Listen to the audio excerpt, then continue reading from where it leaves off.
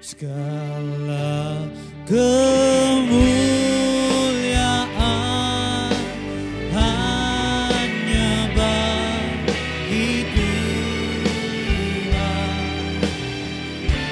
Segala hormat puja hanya bagi Tuhan. Kuasa dan kemuliaan hanyalah bagi Tuhan. Segala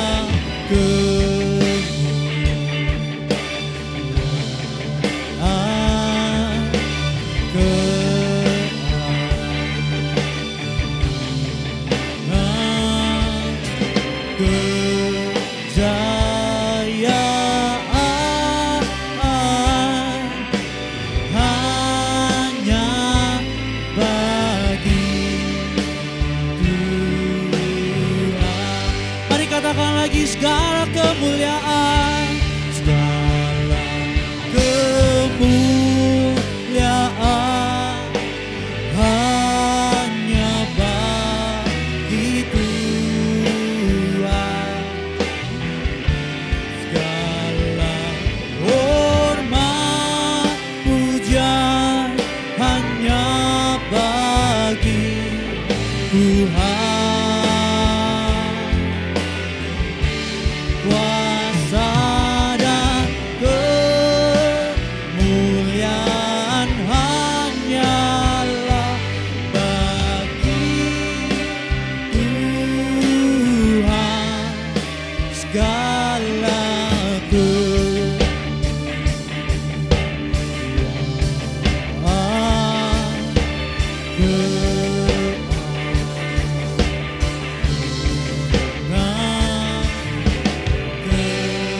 kejayaan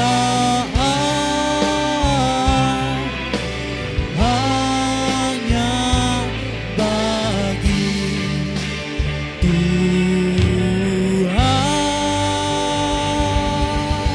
Haleluya. Mari bersorak-sorai bagi Dia. Hanya Dia yang layak terima segala puji dan syukur kita. Yes. Yes, Jesus. Hanya Engkau yang layak, Tuhan. Segala puji, segala hormat hanya untuk Engkau, Yesus Kristus. Pagi hari ini yang datang menyembah Engkau, memuji Engkau dengan antusiasme, dengan semangat yang baru, dengan harapan yang baru. Bahwa kami masuk dalam hadirat-Mu dan menikmati setiap kebaikan kasih-Mu, Tuhan. Thank you, Jesus. Di dalam nama Tuhan Yesus Kristus kami siap untuk masuk dalam hadirat-Mu lebih lagi. Amin. Semuanya bertepuk tangan bersama-sama.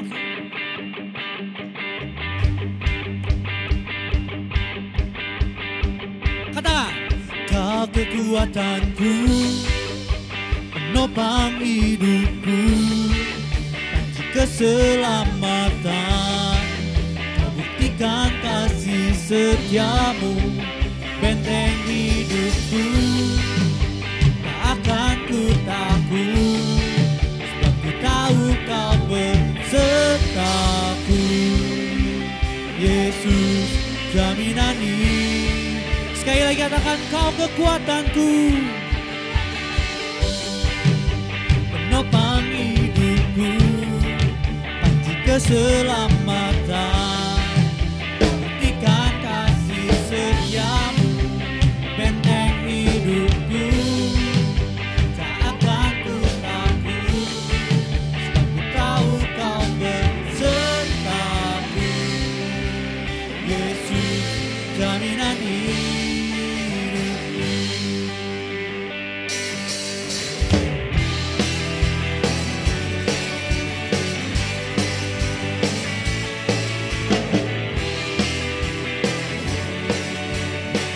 Mari katakan bersama-sama. Berjalan bersama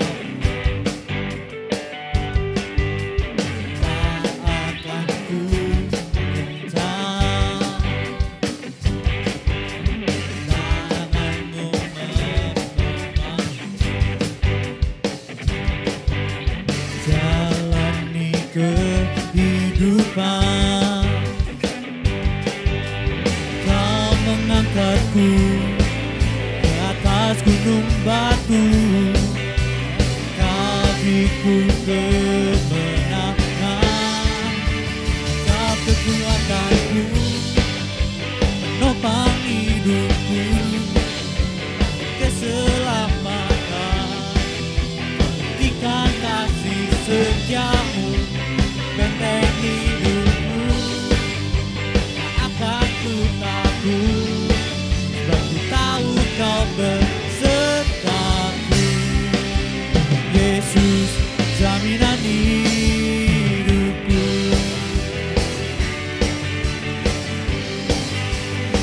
Yang percaya bahwa Yesus jaminan hidup kita, katakan amin. Katakan lagi. Berjalan bersamamu, tak akan ku gagal. Tanganmu menopangku, jalani kehidupan. Kau mengangkatku ke atas gunung batu, Kau beriku kemenangan. Kau kekuatanku, menopang hidupku, keselamatan. Buktikan kasih setiamu, benteng hidupku. Tak akan ku takut, sebab ku tahu Kau besertaku. Yesus, jaminan hidupku. Mari semuanya bertepuk tangan bersama-sama. Dia adalah Tuhan yang akan mengangkat kita ke atas gunung batu. Dia adalah jalan keselamatan kita. Dia adalah juru selamat kita. Mari bersorak-sorai bagi Dia. Katakan bersama-sama, Dia kekuatanku. Kau kekuatanku, menopang hidupku, keselamatan. Buktikan kasih setiamu, benteng hidupku. Tak akan ku takut, sebab ku tahu Kau besertaku. Yesus, katakan lagi, Kau kekuatanku. Kau kekuatanku, menopang hidupku, keselamatan. Buktikan kasih setiamu, benteng hidupku. Takkan ku takut, ku tahu Kau besertaku. Yesus, jaminan hidupku.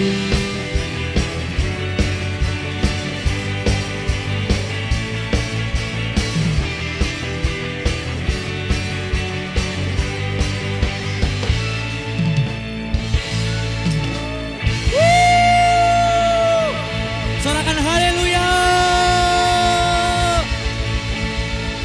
Mari kita memuji Tuhan kita lebih semangat lagi.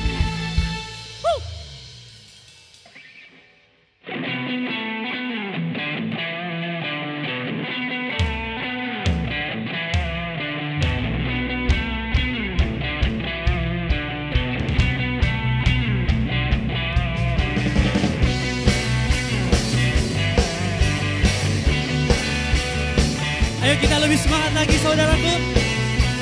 Angkat kakimu, angkat tanganmu dan puji Dia. Katakan.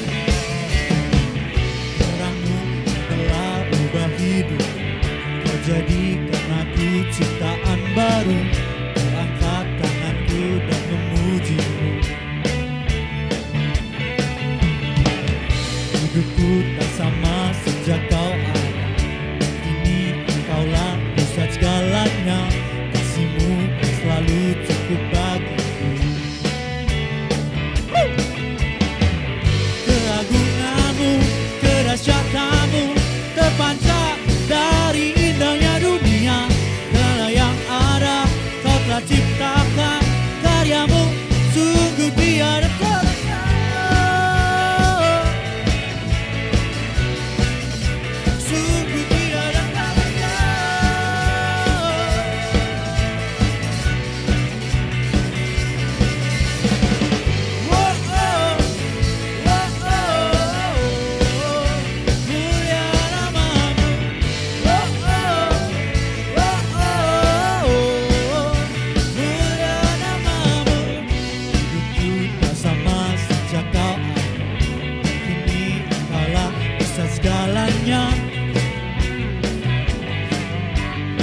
katakan bersama-sama, keagungan-Mu, keagungan-Mu, kedahsyatanmu terpancar dari indahnya dunia. Segala yang ada Kau telah ciptakan, karya-Mu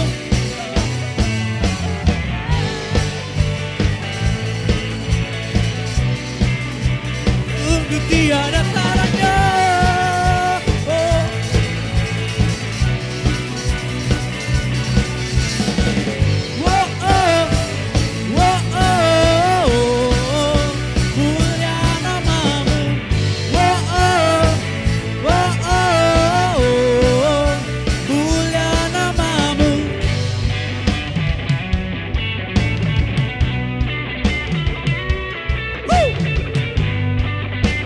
Mari katakan bersama-sama, oke?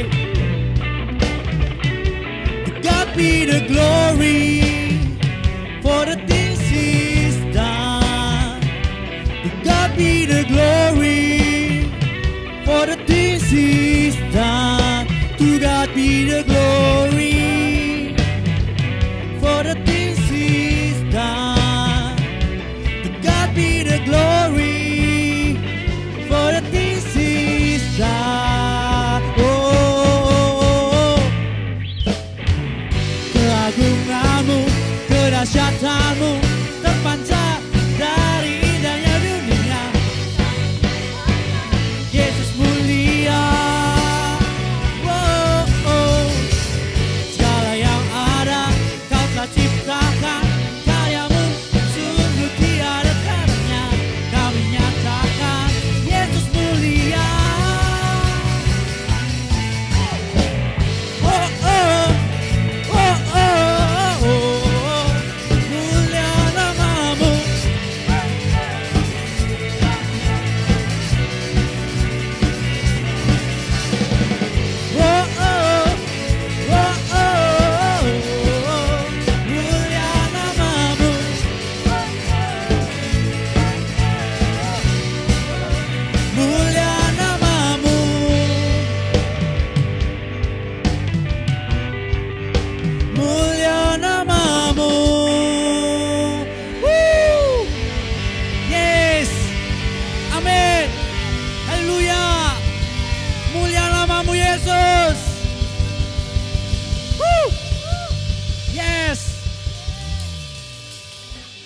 God, You're so amazing, Lord.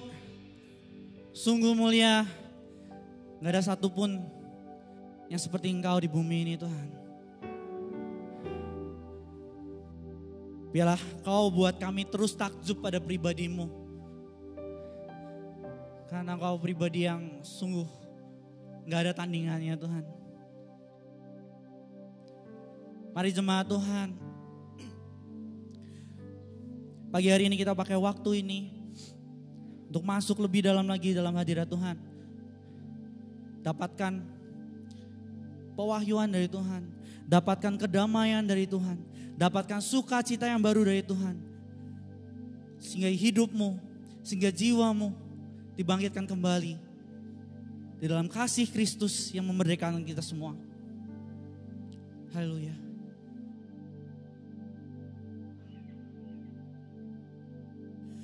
There's a simplicity, humility to the way you love me, an honesty, a purity.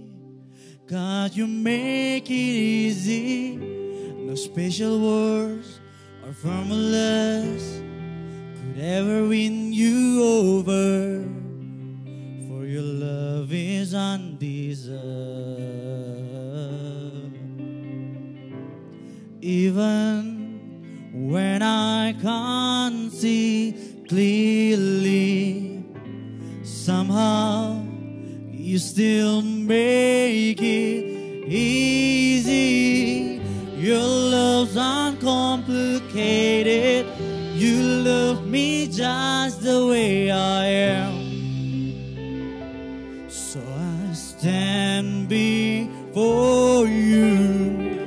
I'm totally surrendered, with open hands and open heart. Jesus has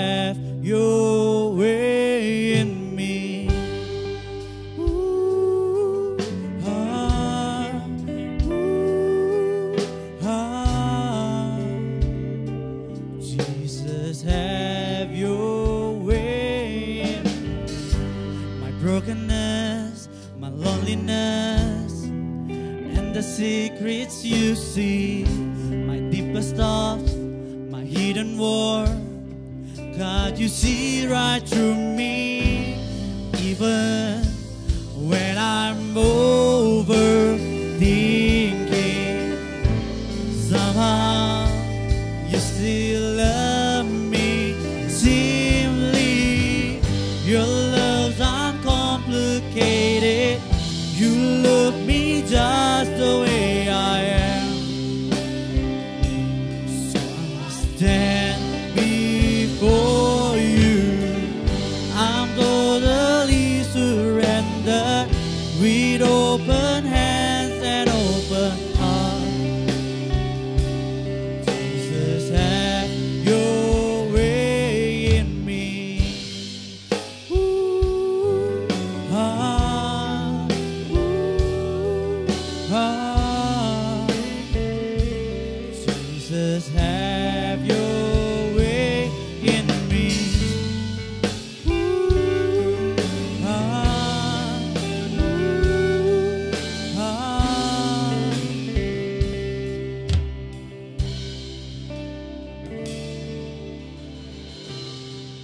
Aku sing over and over, I love you, it never grows old. How could I tell you enough that I love you,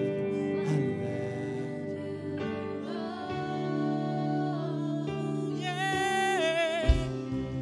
Aku sing over and over, I love you, it never grows old. Yes, Jesus. How could I tell you enough that I love you, Lord?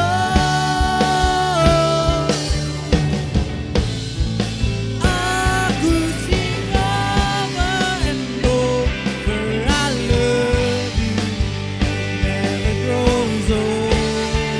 Oh, how could I tell you enough that I love you, Lord?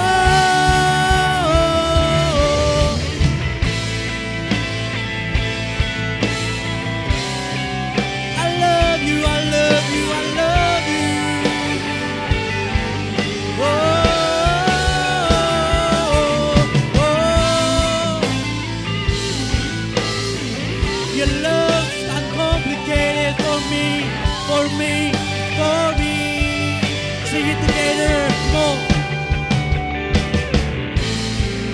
Aku sing over and over, I love you, never grows old. How could I tell you enough that I love you, Lord? Aku sing over and over, I love you, it never grows old. How could I tell you enough that I love you, Lord?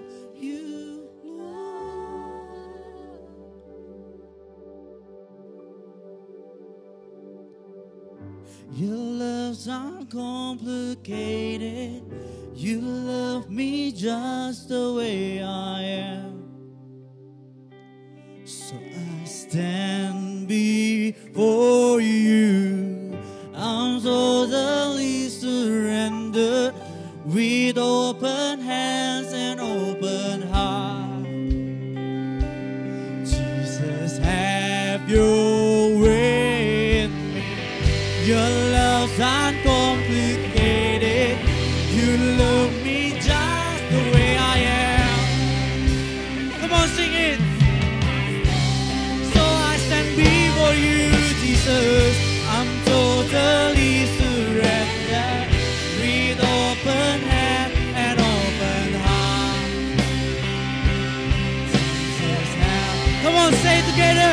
more time. Your love's uncomplicated. You love me just the way I am. Just the way I am. Yes, Lord. Come on. I'm totally surrendered. With open hands and open arms. Jesus, have your way in me.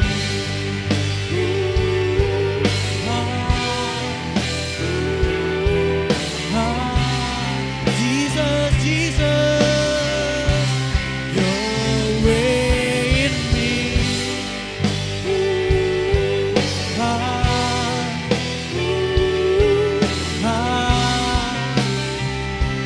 Jesus, have your way in me.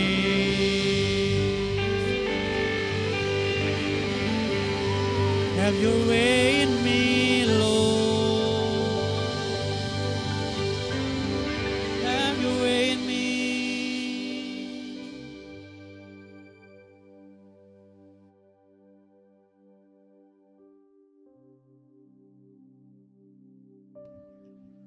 Bapa, Tuhan kami yang hidup, kami percaya bahwa di dalam hidup kami Engkau menaruh satu tujuan yang kekal, satu tujuan yang mengatasi semua apa yang bisa ada di atas bumi ini.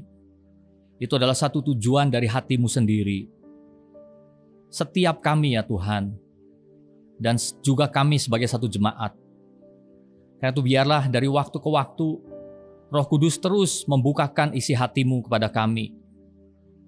Supaya kami kuat bukan karena diri kami sendiri, tapi kami memperoleh kekuatan dari Engkau sendiri. Roh Kudus bekerja saat ini di antara seluruh jemaat-Mu di dalam setiap hati kami. Kami percaya hanya di dalam nama Tuhan Yesus. Amin. Amin. Selamat pagi Bapak, Ibu, Saudara semua. Topik dari khotbah yang akan kita bahas ya pagi hari ini judulnya adalah bangunan anti runtuh. Nah, mengenai apa ini? Karena kita semua tahu bahwa semua bangunan yang dibangun oleh manusia itu pasti bisa runtuh. Baik oleh alam maupun oleh manusia sendiri. Tapi kita percaya bahwa Tuhan membangun pekerjaan tangannya sendiri dan itu bersifat kekal. Itu tidak bisa runtuh. Nah, saya akan berikan satu contoh, ya, satu cerita. Bagaimana apa yang dibangun oleh manusia itu ternyata mudah runtuh, saudara. Kalau saudara pernah mendengar peradaban bangsa Maya, ya, itu adalah peradaban yang berkembang ya sejak tahun 250 sampai 900 Masehi. Itu satu peradaban yang tinggi ya pada zaman itu. Bahkan membuat kagum para peneliti pada zaman modern ini. Itu sangat mengagumkan, saudara. Jadi bangsa Maya mereka membangun ya dari peninggalannya, situs-situs peninggalannya. Para ahli bisa mengetahui bahwa ini adalah bangsa yang maju, peradabannya maju. Mereka membangun kota-kota ya dengan istana-istana, dengan alun-alun, dengan lapangan-lapangan olahraga, dengan kuil-kuil yang berbentuk piramid. Itu arsitekturnya cukup rumit. Ya, apalagi mengingat pada zaman itu. Ya, kemudian diketahui juga bahwa sistem tulisan mereka, hieroglif. Ya, ditambah sistem penanggalan mereka, kalender mereka. Itu akurat. Kalender mereka itu kan menghitung berdasarkan penghitungan orbit, ya. Nah, itu akurat, saudara. Jadi boleh dibilang melesetnya itu hanya 1 hari dalam 1000 tahun. Ya, jadi ini jelas mengagumkan. Kemudian dalam bidang matematika, dalam bidang seni, dalam bidang pertanian, itu semua sangat mengagumkan. Ya, bahkan dipandang dari zaman kita saat ini. Tetapi dalam waktu yang relatif singkat, itu semua runtuh. Hancur boleh dibilang. Ya, jadi entah karena sebab apa, masih dalam analisa, ada beberapa teori. Dengan tiba-tiba rajanya tidak ada, entah dibunuh atau gimana. Lalu mereka meninggalkan kota-kota mereka dan tersebar. Ya, hancur. Dan saat ini kalau ditelusuri, mereka itu sudah tersebar ya di negara-negara Honduras, Guatemala, El Salvador, dan sebagian Meksiko, bagian selatan. Identitas mereka sebagai satu bangsa itu sudah tidak ada. Ya, jadi keturunannya mungkin masih ada, tapi mereka bukan satu bangsa lagi. Artinya apa yang dulu mereka bangun dengan begitu mengagumkan, sudah runtuh dan sudah tidak ada. Ya. Nah, saya akan perlihatkan bahwa berbeda dengan segala yang bisa dibangun oleh manusia, Tuhan sedang membangun di antara manusia juga. Jadi sepintas kadang-kadang kita mirip. Ya, kita lihat itu mirip. Tetapi apa yang Tuhan bangun itu sifatnya kekal. Ya, tidak bisa hancur. Karena apa? Karena satu sifat yang sangat berbeda. Apa yang Tuhan bangun adalah satu bangunan ilahi. Nah, di dalam mana kita ditanam oleh tangan Tuhan sendiri. Lalu Tuhan membawa kita semua ini kepada tujuannya yang kekal. Ya, itu yang saya ingin kita semua tangkap pagi hari ini. Saya akan baca dari Mazmur 78 ayat 69 sampai 72. Ia membangun tempat kudusnya setinggi langit, laksana bumi yang didasarkannya untuk selama-lamanya. Dipilihnya Daud hambanya, diambilnya dia dari antara kandang-kandang kambing domba. Dari tempat domba-domba yang menyusui, didatangkannya dia untuk menggembalakan Yakub umatnya dan Israel miliknya sendiri. Ia, Daud, menggembalakan mereka dengan ketulusan hatinya dan menuntun mereka dengan kecakapan tangannya. Nah, saudara, yang saya ingin kita semua lihat pertama-tama, itu adalah hubungan atau korelasi antara pekerjaan Tuhan dengan manusia. Karena dikatakan apa? Setelah dikatakan ia membangun tempat kudusnya, kemudian apa? Dipilihnya Daud.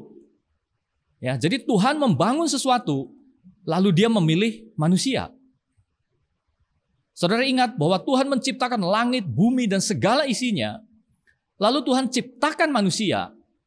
Tuhan buat Taman Eden, dan di situ ditempatkan manusia. Jadi artinya semua yang Tuhan bangun, semua yang Tuhan rancangkan, dan semua yang Tuhan jalankan sampai genap, selalu membawa manusia masuk.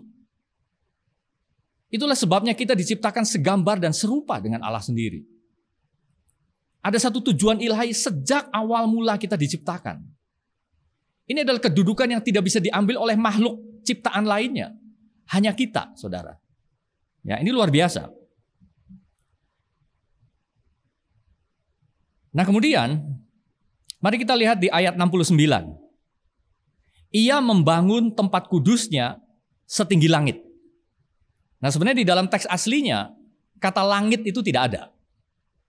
Ya, jadi hanya dikatakan bahwa dia membangun tempat kudusnya tinggi. Ya, tinggi. He built his sanctuary like the heights. Ya, tinggi. Maksudnya adalah pada waktu pemazmur ini menulis, dia berusaha memperlihatkan, ya, ada di dalam pengetahuannya dia jelas tahu bahwa manusia-manusia di sekelilingnya yang tidak menyembah kepada Tuhan, mereka juga membangun tempat penyembahan mereka di bukit-bukit yang tinggi, di tempat-tempat di dataran yang tinggi. Ya, ini sudah karakteristik utama dari cara manusia menyembah pada waktu itu. Maksud saya adalah, secara kasat mata sama, saudara. Ya, karena kalau bicara bait Allah itu juga dibangun di atas bukit kan. Ya, dan bangunan itu juga dinaikkan lagi tinggi. Jadi cukup tinggi. Jadi maksud saya adalah apa yang Tuhan bangun secara realita mirip dengan yang manusia bangun. Ya, mirip, saudara. Bukankah kekristenan juga disebut agama? Ya, jadi di sampingnya banyak agama-agama yang lain. Bukankah secara bentuk, secara kelembagaan, ya kalau boleh dibilang organisasi, gereja itu juga seperti himpunan atau organisasi manapun, ya banyak miripnya dengan yang dibangun oleh manusia. Tetapi ada satu yang berbeda, saudara. Yaitu apa? Karakteristik atau sifatnya yang kekal. Karena di anak kalimat kedua dikatakan laksana bumi yang didasarkannya untuk selama-lamanya. Nah ini penting. Ini yang harus kita pegang pertama. Tuhan membangun sesuatu, lalu dia dasarkan itu untuk selama-lamanya. Dan kita ada di situ. Sebagai orang-orang yang sudah di dalam Kristus. Orang-orang yang sudah dipilih oleh Tuhan dan beroleh kasih karunia. Ya. Jadi mungkin kita berkata bahwa oke, secara bentuk sama. Tapi saudara lihat bahwa di dalam kitab Wahyu, kitab yang paling akhir, gereja atau jemaatnya itu disebut sebagai mempelainya. Ya, ada satu perikop mengenai perjamuan kawin anak domba antara Kristus dengan jemaatnya. Ya, dikatakan juga bahwa jemaatnya itu adalah kudus, tanpa cacat atau kerut atau serupa itu. Di dalam Efesus 5, Paulus menjabarkan ya, mengenai hubungan suami istri, kasih suami istri.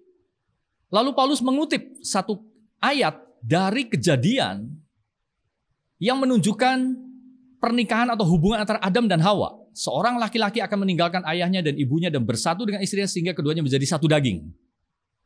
Nah, ayat ini lalu Paulus katakan di bawahnya, rahasia ini besar, tetapi yang aku maksudkan ialah hubungan Kristus dan jemaat. Ya. Jadi saudara, gereja tidak bisa hancur. Gereja tidak bisa runtuh. Berbeda dengan apapun yang dibangun oleh manusia. Nah, mungkin kita pikir bahwa yang dimaksud adalah gereja secara universal akan tetap ada. Mungkin saudara bertanya bagaimana dengan jemaat-jemaat lokal? Mari kita mendapat kekuatan dari apa yang Paulus tuliskan, yang Paulus katakan, dicatat di dalam Kisah Para Rasul, kepada jemaat Efesus, satu jemaat lokal. Kisah 20 ayat 32 saya akan bacakan. Dan sekarang aku menyerahkan kamu kepada Tuhan dan kepada firman kasih karunia-Nya yang berkuasa membangun kamu dan menganugerahkan kepada kamu bagian yang ditentukan bagi semua orang yang telah dikuduskannya. Ya, saudara perhatikan. Saudara tanya, apakah Tuhan berkuasa membangun kita? Ya, amin. Ya, itu tidak terbantahkan. Ditegaskan di sini, berkuasa membangun kamu. Dan apa? Menganugerahkan. Jadi ada satu kasih karunia yang khusus kepada setiap jemaat lokal yang terus bertekun di dalam Tuhan. Yang terus mencari Tuhan. Yang sudah Tuhan panggil dan memang Tuhan khususkan. Dikatakan bahwa ada bagian yang ditentukan bagi kita semua yang telah dikuduskan. Amin, saudara. Jadi itu dari ayat yang ke-69. Mari kita lanjut di ayat 70 sampai 71, ya, 2 ayat. Dipilihnya Daud, hambanya, diambilnya dia dari antara kandang-kandang kambing domba. Dari tempat domba-domba yang menyusui didatangkannya dia untuk menggembalakan Yakub umatnya dan Israel miliknya sendiri. Ya. Jadi saya ingatkan lagi, setelah Tuhan membangun, lalu dipilihnya Daud. Ya, apa yang Tuhan bangun, lalu Tuhan tarik manusia ke dalam bangunan itu. Nah, di sini saya ingin kita mendapat kekuatan. Kalau Tuhan lakukan itu kepada Daud, sepanjang perjanjian baru banyak dikatakan bahwa Tuhan juga kerjakan hal yang unik di dalam zaman kita. Ya, kepada kita semua, bahkan spesifik kepada setiap pribadi dari kita. Jadi ini kita melihat bagaimana Tuhan memilih manusia lalu mengubah. Ya, ini penting saudara. Tuhan bukan hanya memilih, mengambil, tapi dia juga mengubah. Ya. Karena apa? Karena di sini jelas diperbandingkan antara Daud sebagai gembala kambing domba yang ada di padang, di rumput, di bebatuan, dengan gembala yang menggembalakan Yakub umatnya, umat Tuhan, dan Israel milik Tuhan. Ya, ini indah saudara. Jadi sengaja pemazmur memakai profesi yang sama. Ya, sama-sama sebagai gembala. Tapi saudara, kita bisa melihat betapa berbedanya ya gembala yang ini dengan gembala yang ini. Ini benar-benar gembala yang ada di padang gurun, di padang rumput, di bebatuan, ya di rerumputan, di kandang-kandang dalam arti hurufiah. Tetapi ini adalah gembala yang Tuhan berikan secara ilahi dari tempat tinggi satu tujuan yang dari Tuhan. Jadi maksudnya adalah, ini adalah perubahan hakiki dari tujuan hidup saudara. Itulah sebabnya di atas muka bumi ini, sekali lagi, kita nampaknya sama. Ya, kita juga mengerjakan, kita punya profesi yang mungkin sama dengan orang-orang yang tidak mengenal Tuhan. Tetapi ketahuilah saudara, ada satu hakikat yang berbeda di dalam kita. Di dalam apa yang kita kerjakan, ini ada satu ketinggian yang berbeda boleh dikatakan. Karena apa? Karena berasal dari hati Tuhan sendiri. Dari rancangan Tuhan sendiri yang sifatnya kekal. Ya. Nah kemudian dari ayat yang barusan kita baca, hal yang kedua yang saya ingin kita semua tahu. Setelah Tuhan mengambil, Tuhan mengubah. Ya, ini penting. Ya. Saudara bisa lihat bagaimana Daud ini dia bertransformasi. Ya. Dari seorang yang boleh dibilang terabaikan, ya, seorang yang tidak terlihat bahkan di antara manusia, di antara saudara-saudaranya, di antara bangsanya, di antara sukunya. Tetapi begitu tangan Tuhan masuk, memilih dan mengambil, Tuhan mengubah Daud. Ya. Jadi saya ingin katakan ini khususnya ya kepada setiap dari saudara, generasi selanjutnya, ya anak-anak muda, sama seperti Daud dipanggil dalam keadaannya yang muda, ada tangan Tuhan di dalam hidup setiap saudara. Ada pilihan Tuhan, ada panggilan Tuhan, dan Tuhan sedang mengubah saudara. Tanpa henti saudara. Tangan Tuhan terus-menerus bekerja. Tuhan tidak memberikan satu PR untuk saudara kerjakan sendiri, bukan. Tapi Tuhan bersama-sama dengan saudara mengerjakan itu di dalam diri setiap kita. Ya, ini kebenarannya. Jadi saudara lihat, ya, bagaimana Daud dari awal mulanya saja kita sudah melihat kan, dia sebenarnya orang yang bahkan waktu Samuel datang, ini orangnya masih ada di padang. Waktu Samuel kumpulkan semua perjamuan itu sudah dimulai. Samuel ini kan membawa satu tugas dari Tuhan untuk mengurapi, ya, untuk memilih dan mengurapi satu orang. Dan satu orang itu ternyata ditinggal dengan sengaja ada di padang. Tapi lihat, tangan Tuhan terus mengejar melalui Samuel. Sampai dia katakan kita tidak akan mulai sebelum dia dipanggil. Sehingga akhirnya apa? Kesampaian saudara. Jadi apapun yang menimbun, yang menghalangi, yang menutupi kita dari tangan Tuhan itu akan disingkirkan. Dan rencana Tuhan itu pasti digenapi di dalam saudara. Ya.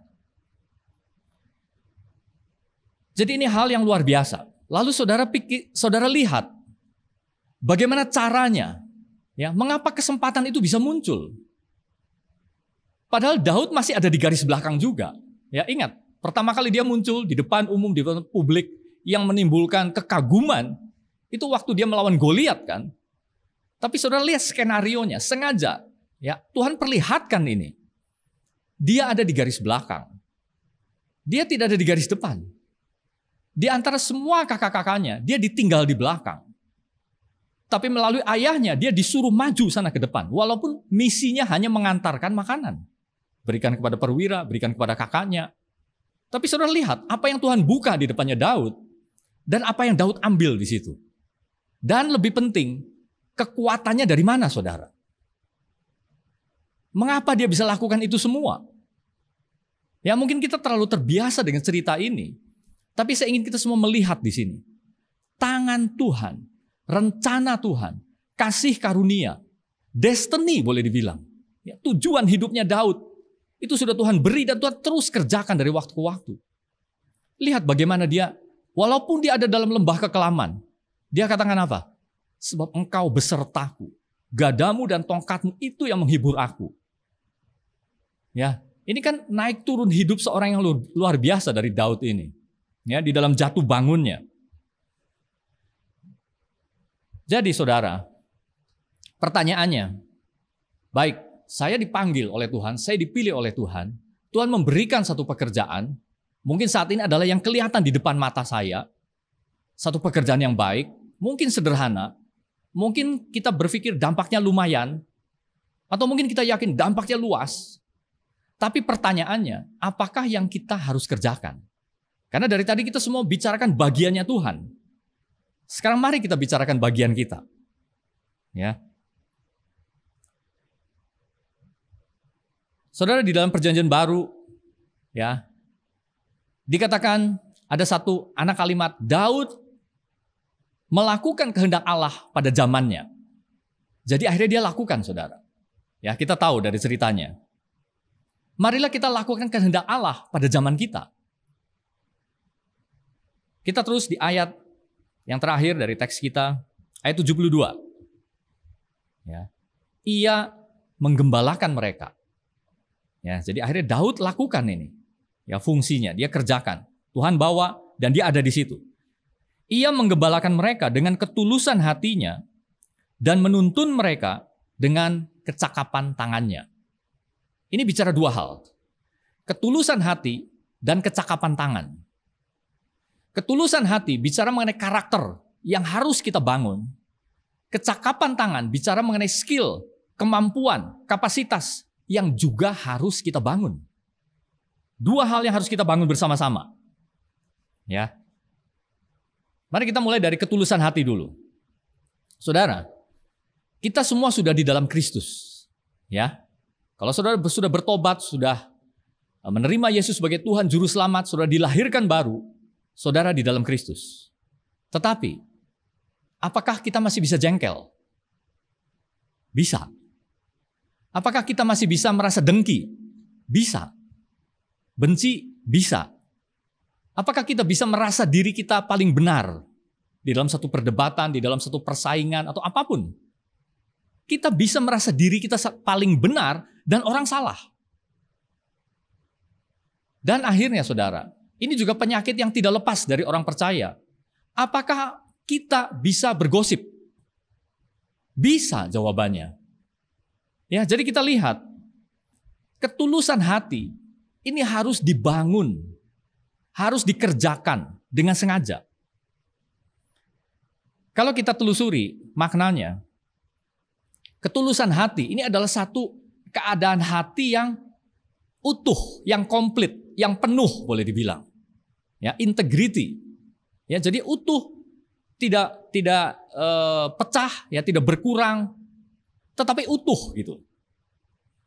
Jadi maksudnya, pertama saya ingin kita belajar, ini adalah satu kesadaran, satu pemahaman mengenai diri kita yang terus-menerus bahwa saya ini penuh. Karena apa? Karena Tuhan sudah mengisi saya. Saya ini cukup. Ya. Saya ini tidak haus sehingga harus mencari sesuatu dari orang lain untuk menjadikan saya ini penuh. Saudara, kita semua sudah penuh karena Kristus yang memenuhi kita. Artinya, secara emosi saya tidak butuh apa-apa. Ya, maksudnya butuh kasih, jelas kita butuh. Tapi maksudnya tidak butuh pujian, tidak butuh pengakuan, ya kamu yang paling benar, kamu yang paling hebat. Saudara, kita tidak butuh itu. Ya. Kita bahkan tidak butuh orang hormat kepada kita, tidak perlu saudara. Itulah sebabnya Alkitab banyak menyamakan kita orang percaya dengan pelayan. Ya, kita harus punya ya jiwa seorang pelayan itu. Di samping jiwa seorang anak. Ya. Karena saudara, coba kita perhatikan sebentar mengenai daftar yang tadi saya katakan. Ya, dengki, merasa diri benar, sampai akhirnya orang bisa bergosip. Mengapa itu kita bisa lakukan itu? Mengapa kita bisa dengki? Kurang nyaman, ya, sehingga kita iri lalu dengki. Dari dengki bisa jadi benci.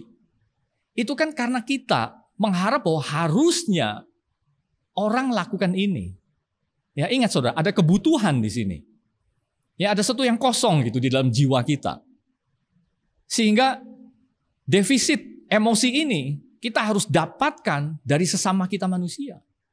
Berupa pujian, pengakuan, ya, atau apapun. Saudara, mari kita lepaskan kebutuhan itu. Dan kita hanya dapatkan itu semua dari Tuhan. Kemudian pengertian dari ketulusan hati itu adalah murni, innocence, ya, murni. Saudara, apa yang bisa menodai hati kita sehingga kita tidak murni? Ya, kurang lebih dua, saudara. Satu, dosa, dan kedua, keinginan yang salah. Ya, mungkin saudara bisa tambahkan hal-hal lain. Tapi saya ingin sebutkan dua hal itu saja. Satu, dosa, dan satu, keinginan yang salah.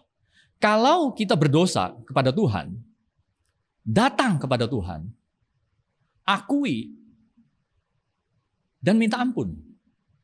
Saudara, janji Tuhan selalu digenapi. Dia akan mengampuni dan menyucikan kita dari segala dosa kita. Ya, di dalam surat Yohanes. Kalau kita bersalah kepada saudara kita, datang dan minta maaf. Ya. Tetapi bagaimana dengan keinginan yang salah? Jawabannya hanya satu, saudara. Lepaskan keinginan itu. Buang jauh-jauh. Kalau itu salah. Ya. Nah, yang repot adalah kalau kita merasa bahwa keinginan itu benar. Sehingga apa? Sehingga bukannya dilepaskan, tetapi malah kita terus mencari jalan agar keinginan itu kesampaian.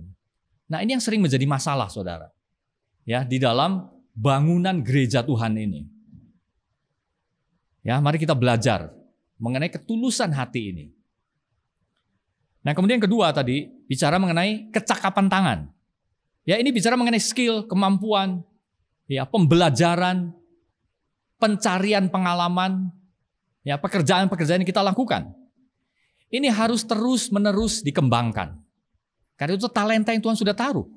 Walaupun hanya satu. Tidak boleh dipendam, saudara. Ya. Nah, yang namanya belajar atau berlatih, itu musuhnya hanya satu. Yaitu rasa malas. Ya. Karena kita merasa malas, lalu kita menunda. Dan karena kita tunda, akhirnya kita tidak lakukan. Ya, saudara. Akhirnya kita, karena do nothing, kita get nothing. Ya, kita nggak lakukan apa-apa, kita nggak dapatkan apa-apa. Karena kita tidak dapatkan apa-apa, kita juga tidak bisa berikan apa-apa kepada saudara kita. Ya, kita tidak bisa berikan, saudara. Jadi maksud saya adalah, mari kita bandingkan. Saudara bayangkan, orang yang penuh dengan kemampuan, kualitasnya unggul boleh dibilang, ya, dalam banyak hal yang bisa diukur. Ini orang hebat. Tetapi hatinya licik. Hatinya sombong. Hatinya dengki. Saudara, akibatnya adalah daya rusaknya itu hebat. Bandingkan orang yang hatinya tulus, murni, tetapi tidak punya kemampuan. Karena tidak belajar, tidak berlatih, tidak lakukan apapun. Akibatnya apa, saudara? Daya membangunnya kecil. Ya. Jadi mari kita hindari. Ini adalah dua hal. Seperti dua sisi dari satu keping mata uang. Yang harus kita kerjakan, yang harus kita bangun. Amin, saudara. Jadi mari kita perhatikan terus-menerus. Arahkan mata kita. Bahwa Allah sedang membangun satu bangunan yang anti runtuh, saudara. Gerejanya ini bukan bangunan fisik maksud kita. Tetapi himpunan orang-orang di dalamnya yang seperti satu organisme ini, bukan organisasi. Di dalam kita semua, Tuhan menanam satu tujuan yang kekal. Dan Allah sudah memilih kita, saat ini juga dari menit ke menit sepanjang hidup kita, Dia sedang mengubah kita. Ya, Dia sedang mengubah kita. Sama seperti Tuhan mengubah semua hamba-hambanya yang dipanggilnya, yang tertulis di dalam Alkitab. Tuhan juga sedang mengubah kita dari hari ke hari. Untuk apa? Untuk menempatkan kita dengan indah di hadapannya. Sampai pada tujuan yang Tuhan tetapkan. Amin. Mari kita berdoa. Bapa, biarlah firman yang terbatas. Karena kemampuan kami mempercakapkan atau mendengarkan ini menjadi tidak terbatas. Karena Roh Kuduslah yang membuatnya hidup di dalam hati kami. Menaruhnya jauh di kedalaman hati kami, Tuhan. Sampai ini menjadi satu benih yang jatuh di tanah yang subur, yang bisa bertunas, yang bisa bertumbuh ya Tuhan.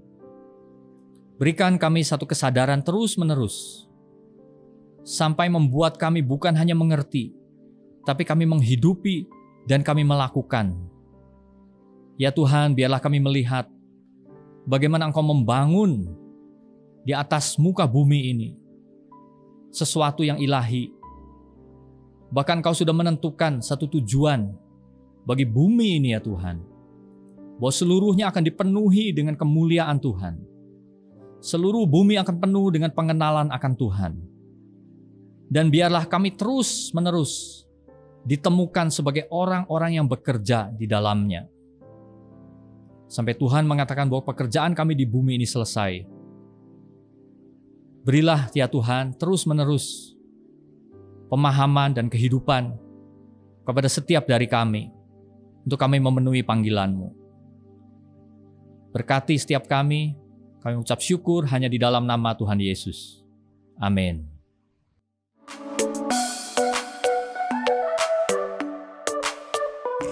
Selamat pagi jemaat Tuhan. Bagaimana kabarnya hari ini? Semua sehat? Anda sekeluarga baik-baik saja? Saya harap begitu. Terima kasih untuk tim musik dan tim multimedia yang sudah bekerja keras untuk memberikan kita semua pujian penyembahan yang luar biasa hari ini. Tuhan memberkati kalian semua.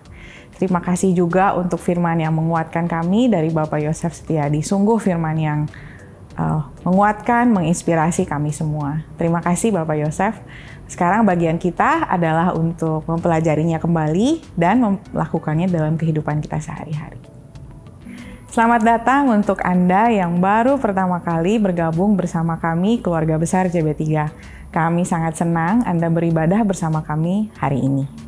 Silahkan kunjungi link yang ada di layar untuk mengisi form data pengunjung baru. Kami sangat senang Anda bersama kami dan sampai jumpa minggu depan.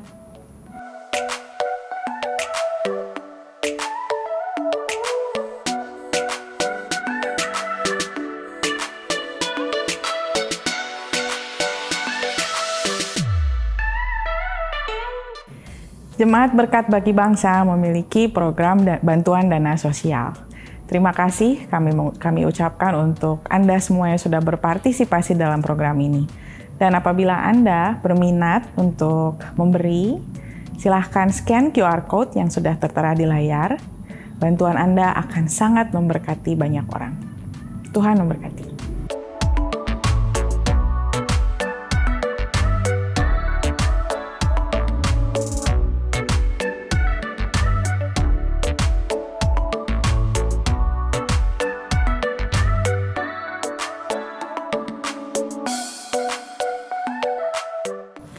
Untuk persembahan minggu ini, saya hendak mengutip suatu ayat dari Mazmur pasal yang ke-54 ayat 6.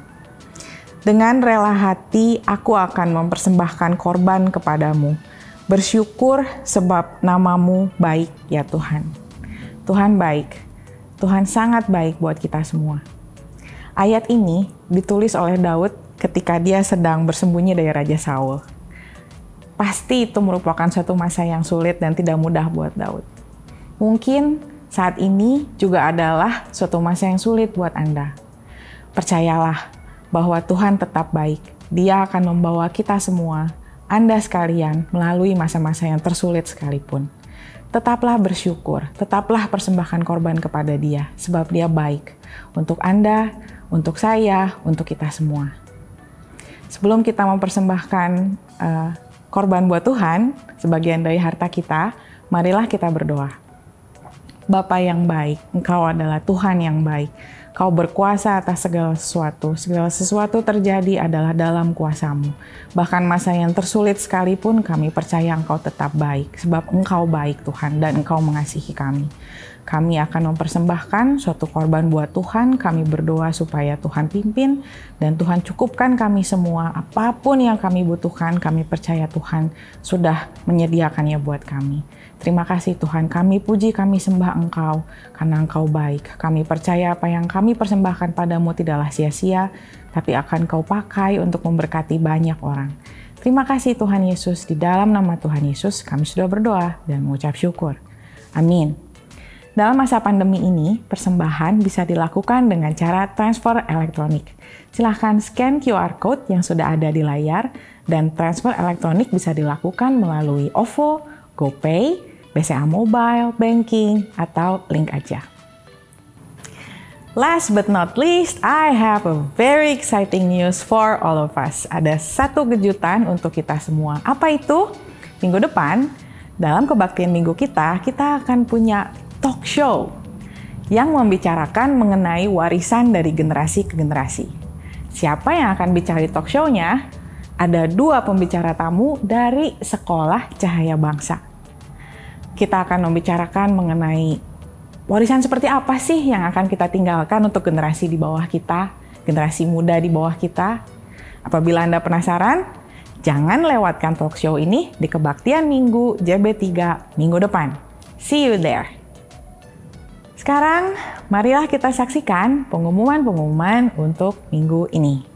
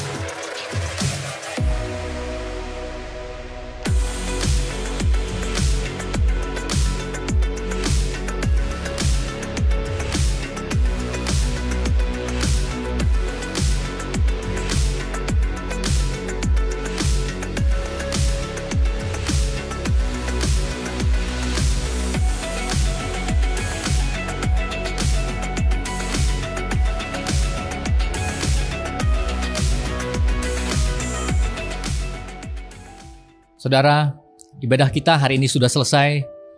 Mari kita tutup dengan doa. Tuhan yang hidup, biarlah kami terus-menerus hidup, tinggal di dalam kasih karunia-Mu. Karena hidup kami ini disertai dengan kasih-Mu. Hidup kami ini disertai dengan pertolongan, dengan perlindungan. Bahkan disertai dengan mujizat dari waktu ke waktu. Kami percaya bahwa tangan Tuhan terus ada di dalam hari-hari kami, di dalam segala yang kami kerjakan. Biarlah kita semua diberkati oleh Tuhan di dalam segala pekerjaan tangan kita, di dalam segala apa yang kita bangun. Biarlah kita membangun sesuatu yang dari Tuhan. Biarlah kita terus ada di dalam perlindungannya, di dalam penyertaannya, di dalam kasih karunia yang berlimpah-limpah itu. Dan biarlah kita terus tinggal di dalam kasih Bapa, di dalam kasih anaknya Yesus Kristus, dan di dalam persekutuan dengan Roh Kudus, dari sekarang sampai selama-lamanya. Amin.